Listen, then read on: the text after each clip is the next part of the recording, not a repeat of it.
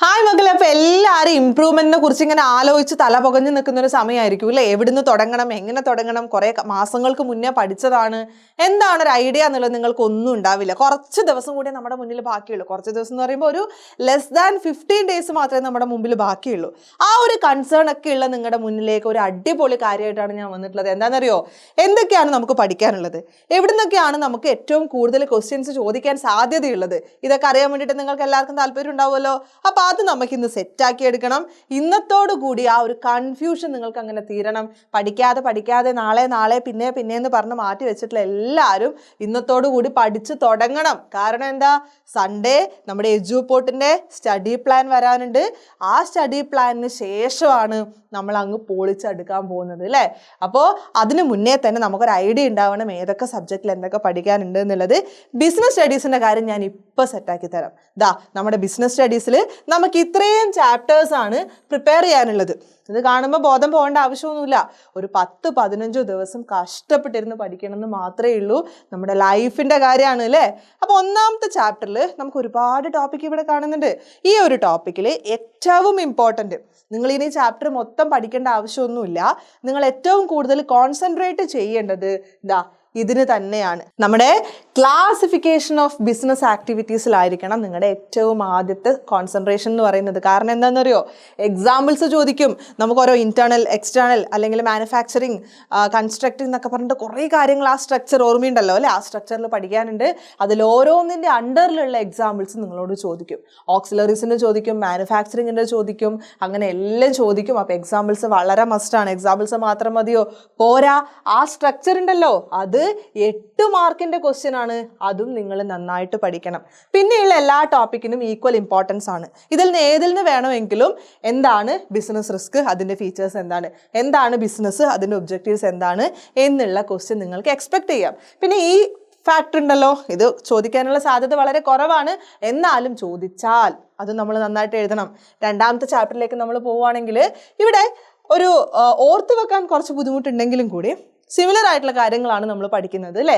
ഈ പറയുന്ന എല്ലാത്തിൻ്റെയും ഫീച്ചേഴ്സ്, ലിമിറ്റേഷൻസ്, അതുപോലെ മെറിറ്റ്സ്, അത് നമ്മൾ നിർബന്ധമായിട്ടും പഠിച്ചിട്ടുണ്ടാവണം. കാരണം ഏത് വേണമെങ്കിലും ചോദിക്കാം. എങ്കിൽ കൂടി ഇതിൽ പ്രയോറിറ്റി ഇയാൾക്കായിരിക്കും.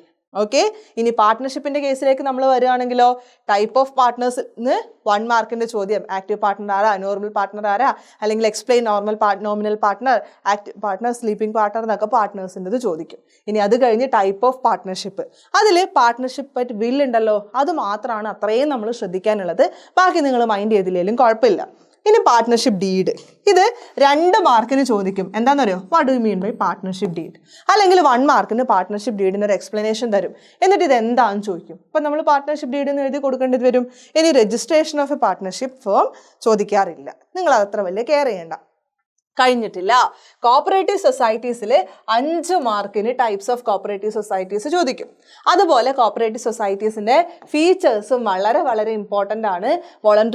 വോളണ്ടറി ഓർഗനൈസേഷൻ, അതുപോലെ തന്നെ self help through mutual help, ഇങ്ങനെയൊക്കെ ചില പ്രത്യേക കോഡ്സുകൾ തന്നിട്ടായിരിക്കും കോപ്പറേറ്റീവ് സൊസൈറ്റീസിനെ കുറിച്ചിട്ട് എഴുതാൻ നിങ്ങളോട് പറയുന്നുണ്ടാവുക.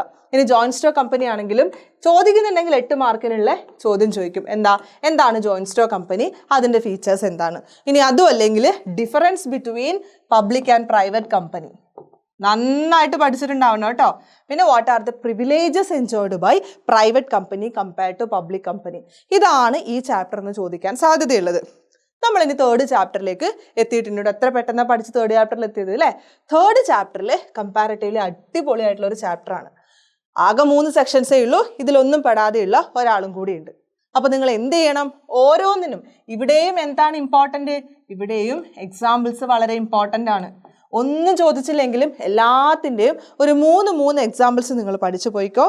മസ്റ്റാണ്, ഞാൻ അടിവരായിട്ട് പറയാണ്, എക്സാമ്പിൾസ് എന്തായാലും ചോദിക്കും. ഇതിൽ ഏറ്റവും കൂടുതൽ 8 മാർക്സിൻ്റെ അല്ലെങ്കിൽ 4 മാർക്സിൻ്റെ ചോദ്യം വരാൻ സാധ്യതയുള്ളത് ഫസ്റ്റ് പ്രിഫറൻസ് നമ്മുടെ സ്റ്റാറ്റ്യൂട്ടറി കോർപ്പറേഷനാണ്. അത് കഴിഞ്ഞ് ഞാനൊരു 80% പോസിബിലിറ്റിയാണ് ഡിപ്പാർട്ട്മെൻറ്റൽ അണ്ടർടേക്കിങ്ങിന് കൊടുക്കുന്നത്. ഗ്ലോബൽ എൻ്റർപ്രൈസസ് എന്നൊരു ചോദ്യം ചോദിക്കുന്നുണ്ടെങ്കിൽ അതെന്തായാലും 8 മാർക്കിനുള്ളതായിരിക്കും. ഇല്ലെങ്കിൽ അതിൽ നിന്നൊന്നും നിങ്ങൾക്ക് എക്സ്പെക്ട് ചെയ്യാനില്ല. അപ്പോൾ ആ ലെവലിൽ മാത്രമാണ് അത് പ്രിപ്പയർ ചെയ്യേണ്ടത്. അപ്പോൾ കാര്യമായിട്ട് ഗ്ലോബൽ എൻ്റർപ്രൈസസ് എന്താണെന്ന് പഠിക്കുക. അതിൻ്റെ ഫീച്ചേഴ്സ് ജസ്റ്റ് ഒന്ന് വായിച്ചു നോക്കിയാൽ തന്നെ നിങ്ങളുടെ മൈൻഡിൽ അത് നിന്നോളൂ. ഇനിയുള്ളത് ബിസിനസ് സർവീസസ് ആണ്.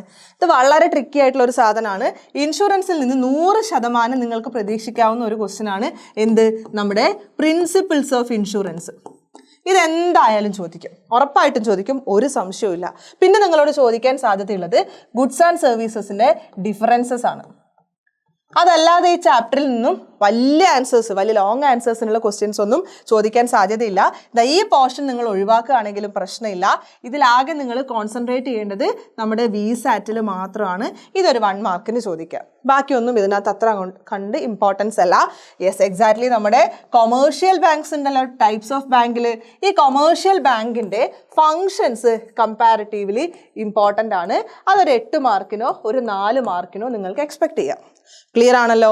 ഇനിയുള്ളത് നമ്മുടെ എമേർജിംഗ് മോഡ്സ് ഓഫ് ബിസിനസ് ആണ്. ഇവിടെയും എക്സാമ്പിൾസ് ആണ് ഏറ്റവും ഇമ്പോർട്ടൻ്റ്. കാരണം 1 മാർക്കിന് സ്കോപ്പ് ഓഫ് ബിസിനസ്സിൽ നിന്ന്, അതായത് നമ്മുടെ C2C, B2B എന്നൊക്കെ പറയുന്ന കുറേ സാധനങ്ങൾ നമ്മൾ പഠിച്ചിട്ടുണ്ടായിരുന്നു അല്ലേ, അതിൽ നിന്നും ഒരു 1 മാർക്ക് നിങ്ങൾക്ക് എക്സ്പെക്ട് ചെയ്യാം. ഓക്കെ, അല്ലാതെ വേറെ ചോദ്യങ്ങളൊന്നും ഈ ഒരു ടോപ്പിക്കിൽ നിങ്ങൾ പ്രതീക്ഷിക്കേണ്ട. ഇവിടെ ഈ ബിസിനസ്സിൻ്റെയും ഈ കൊമേഴ്സിൻ്റെയും ഡിഫറൻസ് പഠിച്ചത് ഓർമ്മയുണ്ടല്ലോ, അപ്പോൾ അത് നിങ്ങളൊന്ന് റീകളക്ട് ചെയ്യാം. പിന്നെ ലിമിറ്റേഷൻസ് ഓഫ് ഈ ബിസിനസ്, അതുപോലെ ഈ ബിസിനസ്സിൽ നമുക്ക് ഉണ്ടാവുന്ന റിസ്ക്, ഇതൊരു 4 മാർക്കിന് ചോദിക്കാൻ പാകത്തിനുള്ളതുണ്ട്. അതുപോലെ തന്നെ റിസോഴ്സസ് റിക്വയർഡ് ഫോർ ഈ ബിസിനസ്, അതിൽ നിന്നൊരു 3 മാർക്ക് എക്സ്പെക്ട് ചെയ്യാം. ഇന്റർനാഷണലൈസേഷൻ ആൻഡ് ഗ്ലോബലൈസേഷനിൽ നിന്ന് കാര്യമായിട്ട് ചോദിക്കില്ല. ആകെ ചോദിക്കാൻ സാധ്യതയുള്ളത് ഒരു ട്രൂ ഗ്ലോബൽ എക്കണോമി ആവണമെങ്കിൽ നമ്മൾ എന്തൊക്കെ വേണമെന്ന് പഠിച്ചിട്ടുണ്ട് അല്ലേ. അപ്പോൾ അത് ഗ്ലോബലൈസേഷൻ്റെ ഫീച്ചേഴ്സ് ആയിട്ടോ അല്ലെങ്കിൽ ഒരു ട്രൂ ഗ്ലോബൽ എക്കണോമി ആവണമെങ്കിൽ അതിൻ്റെ കണ്ടീഷൻസ് എന്താണെന്നോ ഒരു ചോദ്യം നിങ്ങൾക്ക് എക്സ്പെക്ട് ചെയ്യാം. ഓക്കെ, അപ്പോൾ ഇത്രയാണ് നമ്മുടെ ഈ ഒരു ചാപ്റ്ററിൽ നിന്ന് നമ്മൾ പേടിക്കേണ്ടുന്ന കുറച്ച് കാര്യങ്ങൾ. ഇപ്പോൾ കാര്യങ്ങളൊക്കെ ഏകദേശം ഐഡിയ വന്നിട്ടുണ്ടല്ലോ. ഇനി നമ്മൾ 6ാമത്തെ ചാപ്റ്റർ നമ്മൾ നോക്കുകയാണെങ്കിൽ സോഷ്യൽ റെസ്പോൺസിബിലിറ്റിയുടെ arguments for and arguments against social responsibility 4 മാർക്കിനുള്ള ഒരു ചോദ്യമായിട്ട് നിങ്ങൾക്ക് പ്രതീക്ഷിക്കാം. കൈൻഡ്സ് ഓഫ് സോഷ്യൽ റെസ്പോൺസിബിലിറ്റി ചോദിക്കില്ല. അതുപോലെ social responsibility towards different interest group, അതെന്തായാലും നിങ്ങൾക്ക് ഒരു 8 മാർക്കിന് ചോദിച്ചു. പോട്ടെ, 8 മാർക്ക് വേണ്ടാതെ നമുക്കൊരു 5 മാർക്ക് കൊടുക്കാം. ബിസിനസ് ആൻഡ് എൻവയോൺമെൻറ്റൽ പൊല്യൂഷൻ ചോദിച്ചു കഴിഞ്ഞാൽ അടിപൊളിയായി. കാരണം പൊല്യൂഷൻ ഉണ്ടാകുന്നത് എങ്ങനെയൊക്കെയാണ്, water pollution, land pollution, air pollution അല്ലേ. സുഖമല്ലേ എഴുതാൻ വേണ്ടിയിട്ട്. നമ്മൾ എന്തിനാണ് പൊല്യൂഷൻ കൺട്രോൾ ചെയ്യുന്നത്. ഓക്കെ, ഇത് നമുക്കൊരു 3 മാർക്സിന് കൊടുക്കാം. അതുപോലെ ബിസിനസ് എത്തിക്സ് ഒരു 8 മാർക്കിന്. ഇങ്ങനെയായിരിക്കും ഇതിൻ്റെ ഒരു അലോക്കേഷൻ എന്ന് പറയുന്നത്. ഇനി നമുക്കുള്ളത് ഫോർമേഷൻ ഓഫ് എ കമ്പനിയാണ്. എത്ര പെട്ടെന്ന് നമ്മൾ ഫോർമേഷൻ ഓഫ് എ കമ്പനിയിൽ എത്തിയതെന്ന് അല്ലേ. നിങ്ങൾക്ക് ആർക്കും ഇഷ്ടമില്ലാത്തൊരു ചാപ്റ്റർ ആണെന്ന് നമുക്കിതറിയാം.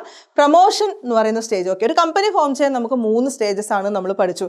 ചില ടെക്സ്റ്റ് ബുക്കിൽ 4 സ്റ്റേജസ് ഉണ്ടാവും. എന്തൊക്കെയാണ്? Promotion, incorporation, subscription. ഓക്കെ, ഒരെണ്ണം കൂടിയുണ്ട്. ഏതാണ്? നമ്മുടെ കമൻസ്മെൻറ്റ് ഓഫ് ബിസിനസ്. എന്താണ്?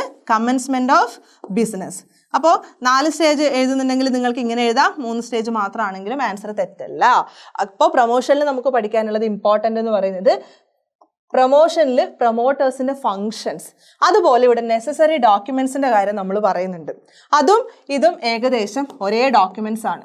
എത്ര ഡോക്യുമെൻറ്റ്സ് ഉണ്ടായിരുന്നു? ഏകദേശം 6 to 7 ഡോക്യുമെൻറ്റ്സ് ഉണ്ടായിരുന്നു. ഓർമ്മയില്ലേ?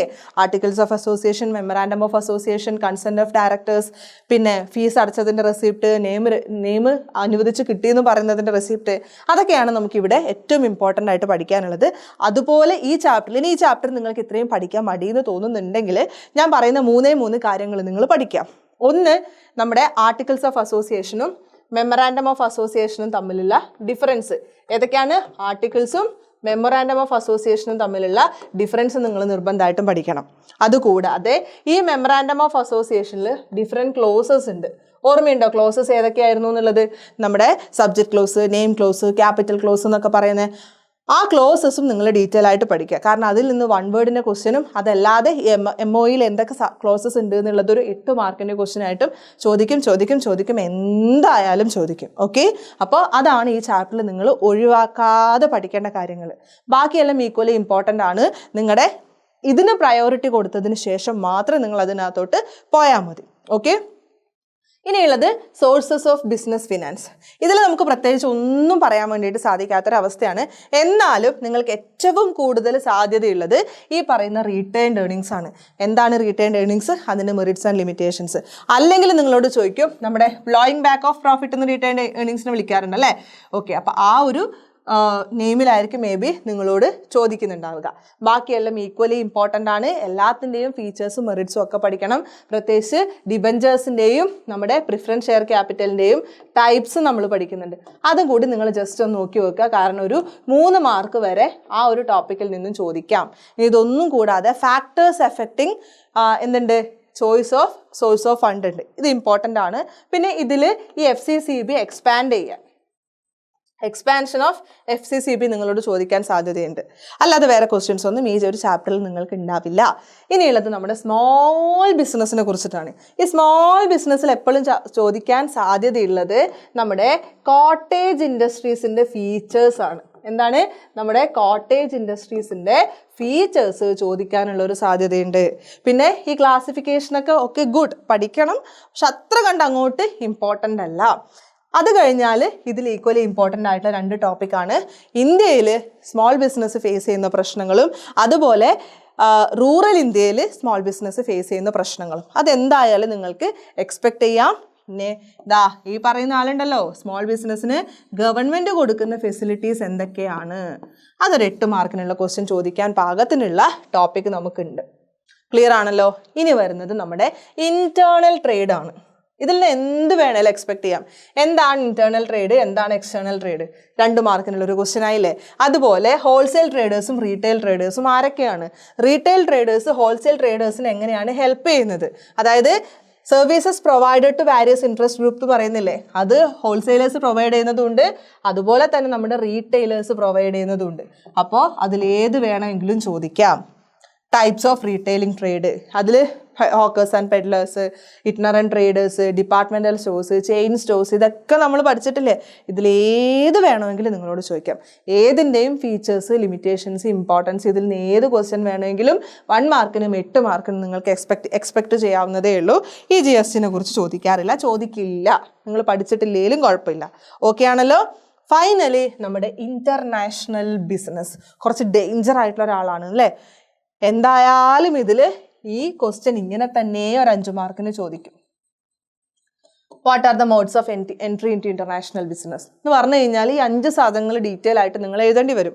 യാതൊരു തരത്തിലുള്ള കൺസിഡറേഷനും നിങ്ങൾ എക്സ്പെക്ട് ചെയ്യേണ്ട. പിന്നെ നിങ്ങൾക്കിത് ഡീറ്റെയിൽ ആയിട്ട് പഠിക്കാനില്ല. ബാക്കിയെല്ലാം ഈക്വലി ഇമ്പോർട്ടൻ്റ് ആണ്. എന്താണെന്നുള്ളത് പഠിക്കണം. ഒന്നുകിൽ 5 മാർക്കിന് ചോദിക്കും, അല്ലെങ്കിൽ ഓരോന്നിൽ നിന്നും 2 മാർക്സ് ഓർ 3 മാർക്സ് ഈച്ച് ആയിട്ട് നിങ്ങൾക്ക് ക്വസ്റ്റ്യൻസ് പ്രതീക്ഷിക്കാം. പിന്നെ നിങ്ങൾക്ക് ഇഷ്ടമല്ലാത്ത എന്നാൽ നിർബന്ധമായിട്ടും പഠിക്കേണ്ടതാണ് എക്സ്പോർട്ട് ആൻഡ് ഇമ്പോർട്ടിൻ്റെ പ്രൊസീജിയർ. ഇതിലേതെങ്കിലും ഒന്ന് 8 മാർക്കിന് ചോദിക്കും. ഇനി അതും അല്ലെങ്കിൽ ഇവർ സ്പെസിഫൈഡ് ആയിട്ട് ചില ഡോക്യുമെൻറ്റ്സ് ലിസ്റ്റ് ഔട്ട് ചെയ്യും. എന്നിട്ട് പറയും ഈ ഡോക്യുമെൻറ്റ്സ് ഒക്കെ എക്സ്പ്ലെയിൻ ചെയ്യണം എന്നുള്ളത്. തീർച്ചയായിട്ടും എക്സ്പ്ലെയിൻ ചെയ്തേ പറ്റുള്ളൂ. പിന്നെ ഇതിൽ നിന്ന് ചോദിക്കാനുള്ള മറ്റൊരു ചോദ്യമാണ് മാച്ച് ദി ഫോളോയിങ്. ഓക്കെ, ഈ മാച്ച് ദ ഫോളോയിങ്ങും വരും. നിങ്ങൾക്ക് കുറേ ഡോക്യുമെൻറ്റ്സ് തരും, അതിൻ്റെ മെയിൻ പേർപ്പസ് സൈഡിൽ കൊടുത്തിട്ടുണ്ടാവും, നിങ്ങളത് മാച്ച് ചെയ്യേണ്ടി വരും. ഓക്കെ, പിന്നെയുള്ളത് നമ്മുടെ international trade institutions and trade agreement ആണ്. സോ ഇതിൻ്റെ കാര്യത്തിൽ നമുക്ക് വലിയ പ്രത്യേകിച്ച് ഞാനൊരു yes or no പറയുന്നില്ല. കാരണം ഒരു 4 മാർക്സിന് വരെ ഈ ചോദ്യം ചോദിച്ചിട്ടുണ്ട്. പക്ഷെ കഴിഞ്ഞ 4 വർഷമായിട്ട് ഇതിൽ നിന്നും ചോദ്യങ്ങളൊന്നും ഉണ്ടായിട്ടില്ല.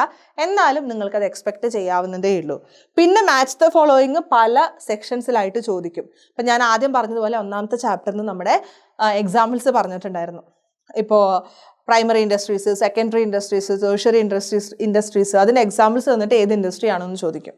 അതുപോലെ തന്നെ നമ്മുടെ ഓക്സിലറീസ് ടു ട്രേഡ് ഉണ്ടല്ലോ, hindrance of place, hindrance of time, hindrance of storage, hindrance of knowledge എന്നൊക്കെ പറഞ്ഞിട്ട് അതും മാച്ച് ദ ഫോളോയിങ് ആയിട്ട് ചോദിക്കും. അപ്പോൾ ഇത്രയും പഠിച്ചു കഴിഞ്ഞാൽ മക്കളെ നമ്മുടെ ഇമ്പ്രൂവ്മെൻറ്റ് കഴിഞ്ഞു.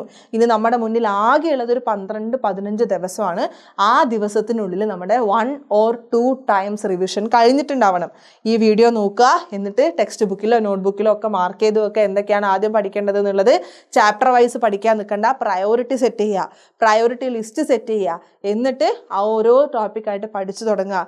ഇനി ഡീറ്റെയിൽ ആയിട്ട് ക്ലാസ് വേണം നിങ്ങൾക്ക് ആഗ്രഹം ഉണ്ടാവുമല്ലോ, പേടിക്കണ്ട. എഡ്യൂപോർട്ടിൻ്റെ ലൈവ് നമ്മൾ സ്റ്റാർട്ട് ചെയ്യാൻ പോവാണ്.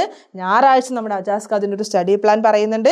അപ്പോൾ ആ ഒരു ലൈവിൽ നിങ്ങൾ കയറിയ മക്കളെ ഷുവറാണ് ഇമ്പ്രൂവ്മെൻറ്റ് നമ്മൾ അടിപൊളിയാക്കും. എപ്പോഴും എഡ്യൂപോർട്ട് നിങ്ങളുടെ കൂടെയുണ്ട്.